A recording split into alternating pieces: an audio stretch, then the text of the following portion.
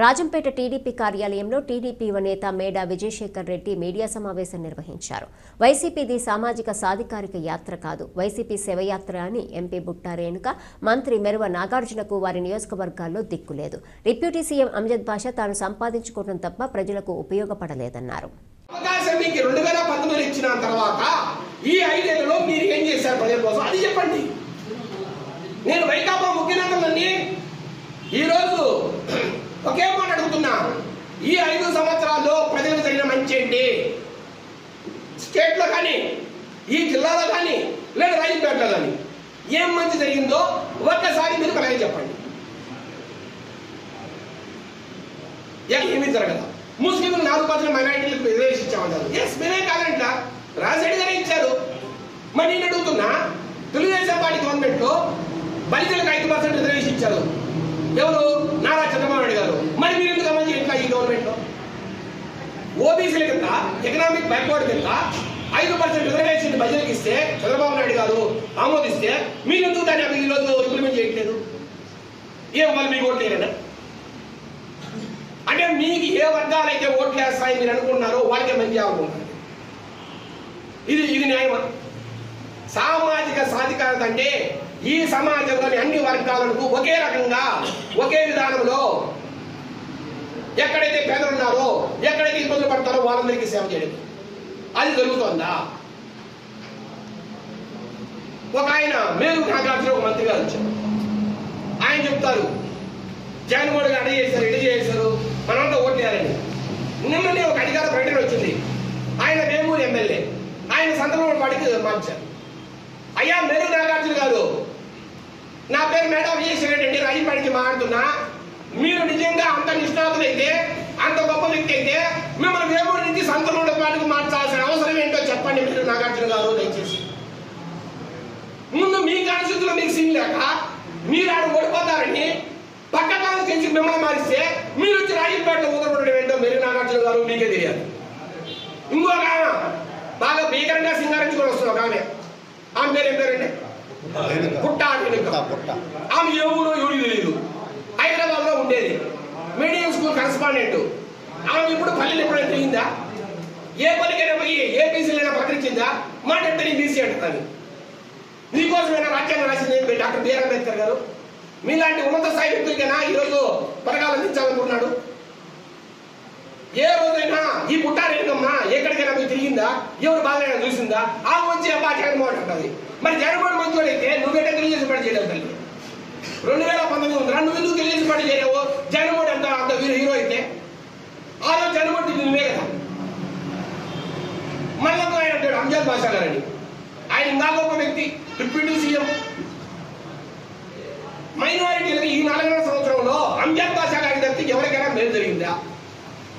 Work భూములు కానించి మొత్తం ముస్లింలకు సంబంధించిన భూములతో చేశారు. మీరు కూడా ముస్లిం మహిళల గురించి మాట్లాడతారు. అసలు మీకు కనీస అర్హత ఉందా మాట్లాడడానికి? మీరు కడపలో సాధించిందని చెప్పాలా? కడపలో అమ్జద్ బాషా గారి వల్ల ఒక్క పని జరిగిందని చెప్పమనండి. ఏ ఒక్క పని చేయగలిగాడు? ఆయన వచ్చి రాయబడి చెప్తాడు, అయ్యా మా అన్న 50 వేలు గెలిపిందంట. దేనికోసం సార్? ఎందుకు మీకు ఇంత కసి జనం మీద? నేను ఒకటే అడుగుతున్నా, మేడా మల్లికార్జున గారికి ఈసారి ఓటు ఎందుకు వేయాలి? ఎందుకు? అన్నమయ్య జిల్లా ఓటు ఎందుక? మెడికల్ కాలేజీకి ఓటు ఎందుక? రాష్ట్ర చరిత్రలోనే కాదు, దేశ చరిత్రలోని ఎక్కడా కనీ విని జరిగే విషాదం ఇది. అన్నమయ్య డ్యామ్ కొట్టుకుపోవడం. అన్నమయ్య డ్యామ్ కొట్టుకుపోతే నిన్న 2 కోట్లు పెట్టి ప్రజలు తోలేమే, జనాలు తోలేమే. ఆ 2 కోట్లు పెట్టి ఇల్లు పూర్తి కావా ప్రభుత్వంలో, మందపల్లిలో? సూటిగా అడుగుతున్నా, మీరందరూ రాయాలి. పులపత్తూరు మందపల్లిలో ఈ రోజు ఇల్లు కట్టలేని పరిస్థితి ప్రభుత్వం ఉంటే మీరు నిన్న 2 కోట్లు పెట్టి మీటింగ్ చేశారే, అదే 2 కోట్లు తీసుకెళ్ళి మీరు పులపత్తూరు ఇల్లు కట్టలేరా? పేద ప్రజల కోసం మీ దగ్గర 1,000 కోట్లు ఉన్నాయిదా? ఒక 5 కోట్లు పెట్టి ఇల్లు కట్టలేరా మీరు? అంటే మీ రాజకీయ స్వార్థం కోసం మీరు మీటింగ్లు పెడతారు. మీరు ఎమ్మెల్యే జ్ఞానం కోసమో, లేదంటే గవర్నమెంట్ లో మినిస్టర్లు పదవులు కొట్టడం కోసమో, లేదంటే ఆ 1,000 కోట్ల వర్కులు తీసుకోవడం కోసమో మీకు మీటింగ్లు అవసరం. కానీ మీరు పేద పక్షాలు ఉన్నారా? ఉంటే నిన్న పెట్టిన డబ్బుతో మీరు ఎందుకు పులపత్తూరు మందపల్లిలో ఇల్లులు కట్టట్లేదు? ఏ ఎమ్మెల్యే అయినా అంత దారుణ పరిస్థితి గాలి వదిలేస్తాడా? ఈ 4 సంవత్సరంలో ఆయన అంటాడు ఆదర్శ నియోజకవర్గం అంటాడు. అసలు కనీసం న్యాయం ధర్మం ఉందా? ఆదర్శ నియోజకవర్గం ఏం సార్ మీకు ఇంత కసి జనాల మీద? మీరు 4 సంవత్సరమే జనాలు గాలిగోలు వేశారు.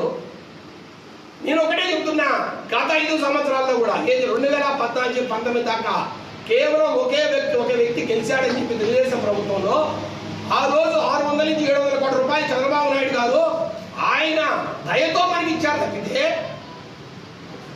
నేను ఒకటే చెప్తున్నా, ఒంటిమిట్ట దేవాలయాన్ని స్టేట్ ఫెస్టివల్ పెట్టింది ఎవరు?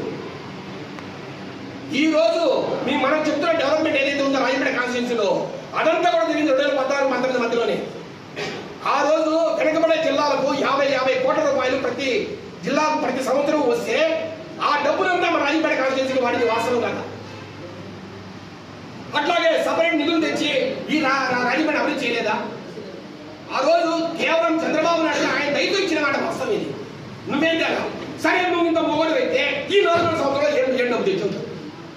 పక్కనున్న రాయచోట్లో రకరకాల బిల్డింగ్లు కడతారు, రకరకాల రోడ్లు వేస్తున్నారు, రకరకాలుగా అభివృద్ధి జరుగుతుంటే నువ్వు కనీసం 1 కోటిన్న మాట్లాడితే రాజంపేట 100 కోట్ల నిధులు చేస్తామంటారు. 1/2 కోటి 1 రోడ్డు రాజంపేట పోయి 4 సంవత్సరాలు 1 రోడ్డు వేసిన పరిస్థితి ఉంటే ఒకసారి మేము ప్రజలకు చెప్పండి. మళ్ళా అంటే 100 కోట్లు నిధులు ఇస్తాడు మా జగన్మోహన్ గారని బాగా కొడతారు. వినేవాళ్ళంటే ఏమైనా చెప్తారు సార్? మీరు ఓటేసి పాపానికి జిల్లా పోయి మెడికల్ కాలేజ్ పోయి డ్యామ్ కొట్టకు పోయి ప్రజల ప్రాణాలు పోయి ఓడేడి సస్తా ఉంటే మళ్ళా మీరు నాకే ఓటేయండి నేను ఆదేశవంతం చేస్తా అంటే ఏమి సార్? మీకు ఏమన్నా రాజంపేట మీద ఏమన్నా కసిందా?